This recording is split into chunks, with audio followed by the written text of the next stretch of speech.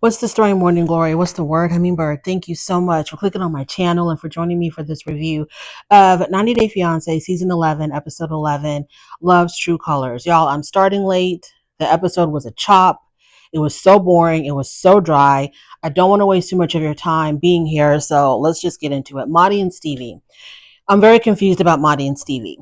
Um, Marty, I don't know if he's a practicing Muslim or not. I don't know if he's one of those more progressive Middle Easterners who's more Western thinking, more progressive. I don't know if he's more traditional, more cultural. I have no idea where Mahdi stands on religion and on culture because to me, I feel like he's giving off very mixed signals. For example, he has a hard time with Stevie painting these nudes and half nude pictures of her clients. He thinks that she's probably bisexual. She really won't give him a straight answer to reassure him whether or not she is or if she isn't. I don't think that she is. I think that the reason why she doesn't want to give him a straight answer is because she's like, you should know me. You know, you should know me better than that if that's what you're thinking. I think that's why she doesn't want to give him a straight answer. I don't know. But he wants her to come out directly and say, I am not bisexual. I am not interested in women. I'm not attracted to women. I don't want to be with a woman. Whatever. So he's very like harping. He's harping on that a lot. Like he's very concerned about that. But then he's eating pork. So I don't understand, like, where does he fall in this spectrum of religion and culture and Islam? Like, does he follow it? Does he not follow it? Is he strict about it? Is he not strict about it? Why does him eating pork is okay, but then her painting her nudes of these women is not okay? Now, he's always struggled with her paintings because, like I said, he thinks that she might be bisexual.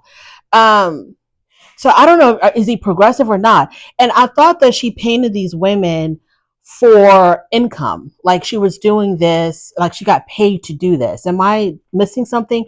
I'm so confused about Marty and Stevie. I don't know what's going on, but the bulk of their segment centered around him confronting her about whether or not she's bisexual and her getting upset that she's being confronted about this because she feels like he should know her better. And her being vague is just really dragging this out unnecessarily long. And I'm like, just wanting her to tell him once and for all whether she is or whether she's not. He said that if he thinks that she is bisexual, he said that if she does not give him an answer, if she's not going to give him an answer on whether or not she's bisexual, he is going to postpone the wedding. So I'm very confused. Is he open? Now, just because he's open-minded and he's progressive and he's Western thinking doesn't necessarily mean that he would accept her being bisexual, because a lot of, non-religious men don't want to marry a bisexual woman. It doesn't mean that at all, but he makes it seem like his disdain for bisexuality is coming from a cultural viewpoint. So I don't know. I'm confused about that. Moving on to Shawn and Aaliyah. So Shawn and Aaliyah is making me think of this whole Shannon Sharp situation, in the sense that, not that there's been any kind of SA going on between Shawn and Aaliyah, but in the sense of this age gap situation. And what does a 60-year-old man have in common with a 25-year-old partner? Because the whole thing with the Shannon Sharp situation is that, he was in his 50s when he met the girl. She was only 19 years old. What could possibly be going on between them other than just control and sex? So Shawn and Aaliyah, when I'm looking at them, I really don't see anything at all that they have in common. Nothing at all. They do not get each other whatsoever. They're from different generations. They don't understand each other. So, like, other than the obvious, what is keeping these two people together? What is fueling their relationship other than the obvious? I used to think that Aaliyah, the reason why Aaliyah, to me, I've always got the impression that she just wants to be taken care of financially. I don't know what her struggle is or whether or not she had a struggle in Brazil. One minute they're telling us she's a nurse. The next minute, one of his friends is saying that she doesn't have a career. So I'm very confused. But anyway, I've always felt like Aaliyah wanted to find someone to take care of her. And then here comes Shawn. I'm pretty sure he was providing for her financially when she was still living in Brazil. Now that she's here in America, obviously he will continue to provide for her financially. And other than that, like, what is going on between these two people? Because there's this whole issue of her transitioning into a woman and him having a problem with that. So that might affect, their intimacy.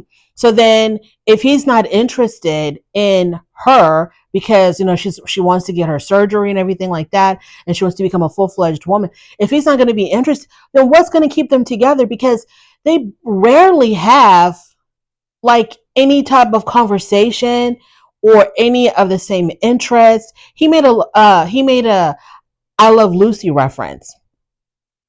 Aaliyah had no idea what he was talking about. She has never heard of I Love Lucy, doesn't know what the hell that is. I don't know if that's an age thing or if that's like a cultural thing, but she didn't even know what he was talking about. When they met up with his family and friends, this is the first time that he's introduced Aaliyah to his family and friends. One of his friends was like, "What are you doing with this super young bride? Like, what is going on, Shawn?" And this is what Shawn was trying to avoid for the longest. This is why he was not keen on introducing Aaliyah to his family and friends, because they were going to have these type of questions. Like, what are you doing with this super duper young woman? You're 62 years old. What the hell is going on? And he acted like he didn't understand why his friend was so concerned about the age gap. Then the friend said something like, "Are y'all sure that y'all really want to get married? Because besides from the age gap, Aaliyah is trying to get herself together, with her transition. She's dealing with that. And, she's going through this change of identity, this change of gender. Are you really ready? Is she ready to get married while she's transitioning? She doesn't have a career. The friend, like, she doesn't even have a career. You have a lifetime career. She doesn't have a career. And I'm thinking, I thought she was a nurse. I thought Aaliyah was a nurse. What's going on? Maybe I don't know. So the friend was not feeling this at all. And Shawn was just acting very aloof about it. Like, "Hey, I don't know what your issue is. I'm happy. She's happy. I don't know why you're so concerned about what we're doing." So the whole Shawn and Aaliyah thing has always been very iffy, because I feel like when the age gap is this much, it's like a 30-year age gap. My inclination is that Shawn wants a much younger partner to be able to control them. Aaliyah has nothing. She's got nothing.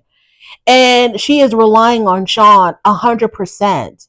And I feel like Shawn really wants someone that he can easily control and manipulate, but he can't control and manipulate her too much, because she's moving forward with this transition, even though he's very iffy about it, because, he signed up to be with Douglas, and Douglas is now Aaliyah, and he's trying to come to terms with that.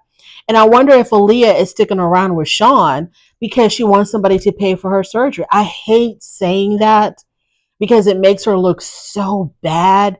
But then it's like, what else is keeping the two of y'all together other than sex and possibly Aaliyah needing Shawn for her reassignment surgeries?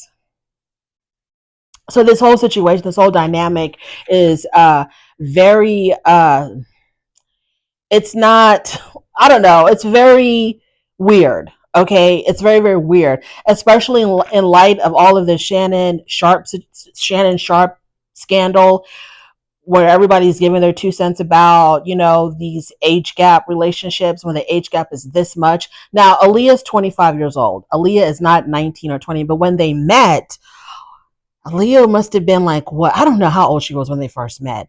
But it's like, wow, no wonder the friend was like, "What the hell are you doing with this very young person? You're in your 60s. This person is, in their 20s. Like, what do y'all have in common?" It is very, very strange. It's very, very strange, but let's move on.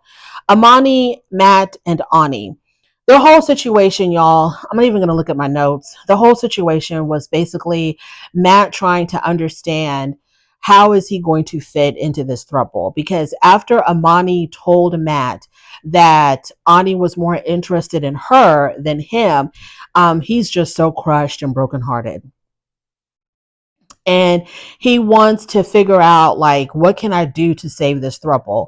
And he talks to one of his friends back in California. He FaceTimes his friend, and the friend is like, maybe it's time for you just to end it end it all. Maybe it's just not worth it. The jealousy issues are just going to get worse as you people go on with this, so maybe you should just cut it loose and come back home.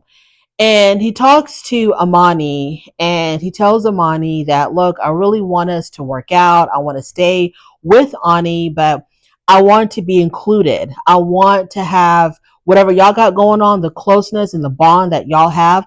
I want that as well with me and her. And so Amani was like, well, why don't you tell her then? Why are you telling me? And he says, because you're my wife and I'm closer to you. So I want you to help me.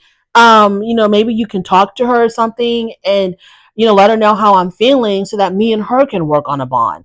This whole situation is just ridiculous. I don't believe this at all. I feel like these people are just opportunists. They want to be on a television show. So their shtick is to say, oh, we're a throuple, we're polyamory. Next thing you know, they're all going to be on the last resort trying to work things out. I don't buy Amani, Matt, and Ani. I don't buy their storyline at all. If there's any if there's any semblance of truth in this relationship, what I believe is that Ani really is into Matt more than she's into Amani. That's what I think. I think that she's always been more into Matt. That's why she told her people that Matt was her boyfriend and Amani was the friend. Because otherwise, she would have told them that Amani was the girlfriend and Matt was the friend. And I don't think her people, like her family, I don't think they have an issue with same-sex relationships, because she even told them that if it was just me and Amani, they would have been cool with that.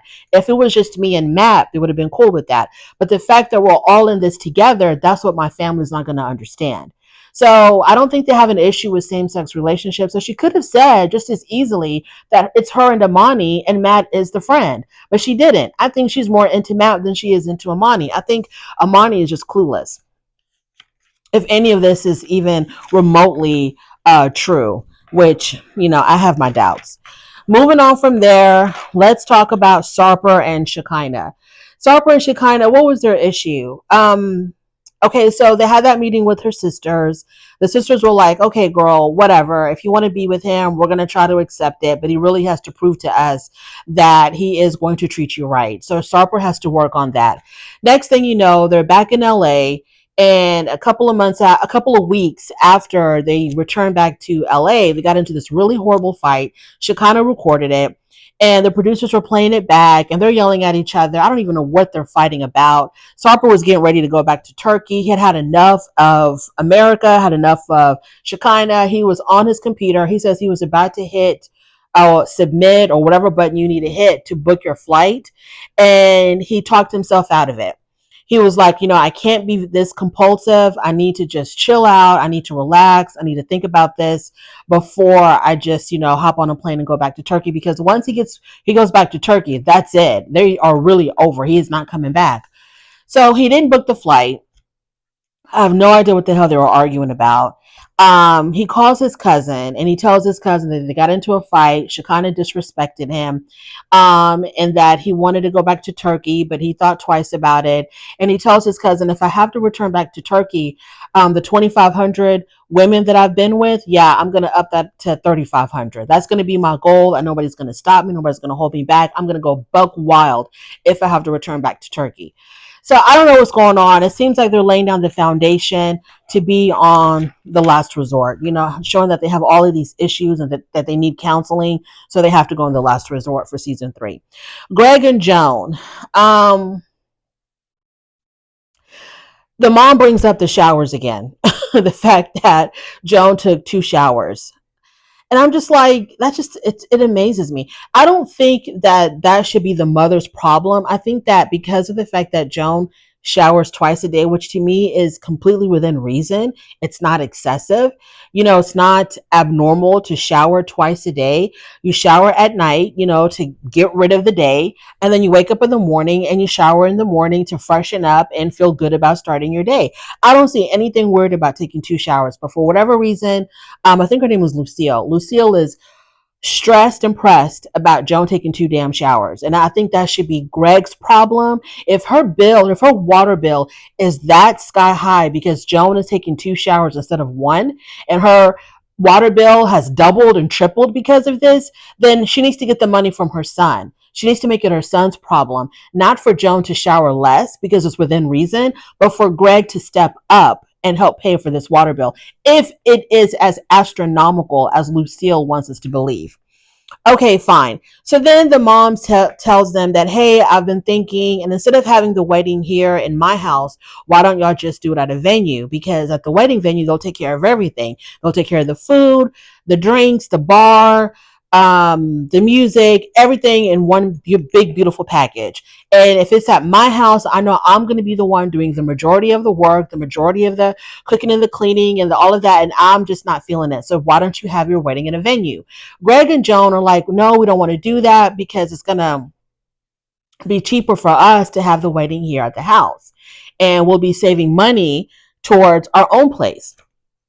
So mom knows the what's up with her son. She knows that Greg isn't going to pitch in and do a damn thing as far as helping set up or clean up or anything like that. So she really wants it done at the venue. They do agree to go see a venue. So they go check out the venue. And while they're there, they're talking, they're having a conversation. And Joan tells Lucille, sometimes I feel like I'm a burden to you. And Lucille is like, oh, don't worry about that. In fact, I do see you helping out a lot and I really do appreciate it, so on and so forth. So it seems like they came to some type of a middle ground, Lucille and Joan. No mention of what Joan had said previously, that she wanted Lucille gone more, away from the house more, so that her and Greg can have more privacy. No mention of that. Yeah, because those lines were fed to Joan from the producers. And I don't know the mother also talked about the dowry. Well, this was mostly in her confessional and not so much to them, but she didn't understand, like, why does Greg have to pay a dowry? She thinks it's ridiculous. And Joan told her he has to pay the dowry to prove to my family that he can take care of me. No dowry, no wedding. And so this has to be done. It's cultural, et cetera, et cetera. Lucille doesn't buy it. She thinks it's ridiculous. But then again, honey, this is the woman your son chose. Your son chose a woman from another country, from a different culture, and she has to abide by that. I don't know what you want us to tell you, Lucille. It is what it is. Y'all, I don't know, and I really don't care. And I think I'm done. Yeah, I think I'm done. Talked about Marty and Stevie, Shawn and Aaliyah, Amani, Matt and Ani, Sarper and Shakina, Greg and Joan. Yeah, we're done. Yeah, it was a real flop. The episode was boring as hell. It was hard for me to stay focused. It was hard for me to do this review because nothing was really memorable. My notes were whack, not worth glancing at, and it is what it is. Thank you so much for joining me. I really do appreciate it. On your way out, please don't forget to rate the video if you like this content, subscribe to my channel, and I'll definitely talk to you later. Bye.